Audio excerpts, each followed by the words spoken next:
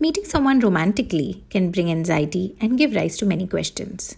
But it can also be fun, exciting, and a great way to meet new people. Listen to this audio story by O. Aishwarya, an artist and writer, who talks about creating a profile on a dating app and swiping right and left. When the idea of meeting someone first entered my mind, of course, this was when I was much younger and all my friends and classmates were beginning to have crushes and think of love. I always believed that dating, love, and romance were not for me. Conditioned as I was by society to think of myself as lesser than my non disabled peers, it actually took me years to understand that I am also worthy of love and romance and casual relationships.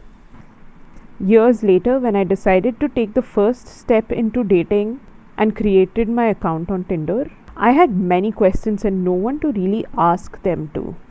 Would people be too ableist to go out with a disabled person like me? Would I be able to make conversation with a stranger? What would it do to my self-esteem if nobody swiped right on my profile? How would I swipe right on someone else's profile when I can't see their pictures? Was it really safe to meet a person I do not really know? I've had my share of good experiences and bad, so I'd just like to share with you what worked for me and what didn't. I was always upfront about my disability on my Tinder profile. By then, I had stopped thinking about my disability as something I wanted to hide, and someone who was not okay with dating a disabled person would definitely not be the right person for me. Some of the people who swiped right on my profile were just curious about my disability. Some had disabled people in their lives and were more open to dating a disabled person like me.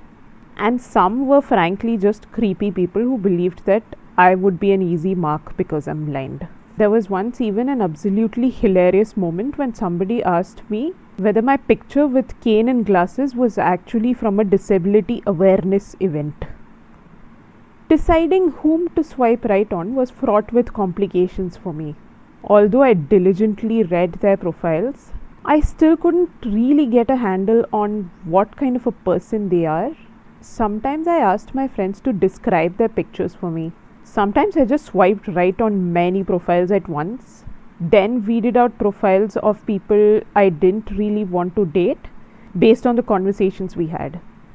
Although I generally prefer quieter and not so crowded places to meet people, I made sure that the first few times I meet someone new were in public, slightly more crowded places.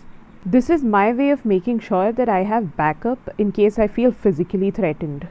I also have apps on my phone that send pre-typed text messages to specified contacts at the press of a button.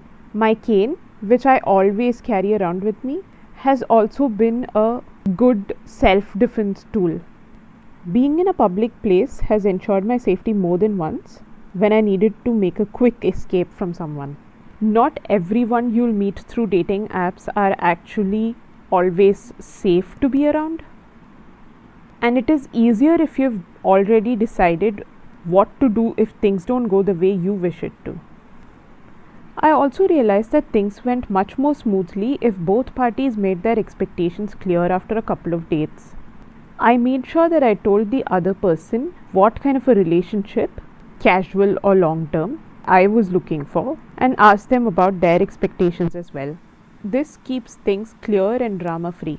Many of the men I met on Tinder were under the impression that a disabled person who took the trouble to set up a profile on Tinder would only be looking for a long-term relationship and were very baffled by the fact that I wasn't. What actually truly amazed me was how much easier it all was than I thought it would be. I went in with the expectation that most non-disabled people would not prefer to date a disabled person. I went in with the expectation that I'll be fielding questions about my disability for a long time to come. But a lot of people didn't really care, or at least people who did care swiped left and saved me the bother of answering their questions. Most people who swiped right were genuinely interested in exploring the possibility of going on a date. Some even googled blindness before talking to me. Of course, not all people I met online were nice. Not all of them wanted to go out with me. Some of them did say ableist things, but as time passed, it hurt me less and less.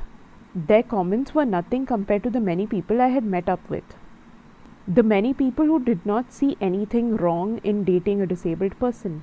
I found friendships and relationships on Tinder.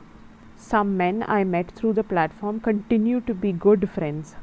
My only long-term relationship so far also began on Tinder. In time, my experiences on the platform also made me more confident about taking the first step and asking someone out if I find them attractive. Many young disabled people I meet these days have the same questions that I did. They have also been conditioned to believe that they are undateable, just like I used to think. That's just society trying to tell us what they want us to be. I refuse to let society set out the definition of disability. Nothing's impossible, especially if it's something that society has told us is impossible. This video ends with two logos on a yellow background. The first one is a pink heart and a plus sign and has Pyar Plus written underneath. And the second one is a green and black eye and has point of view written next to it.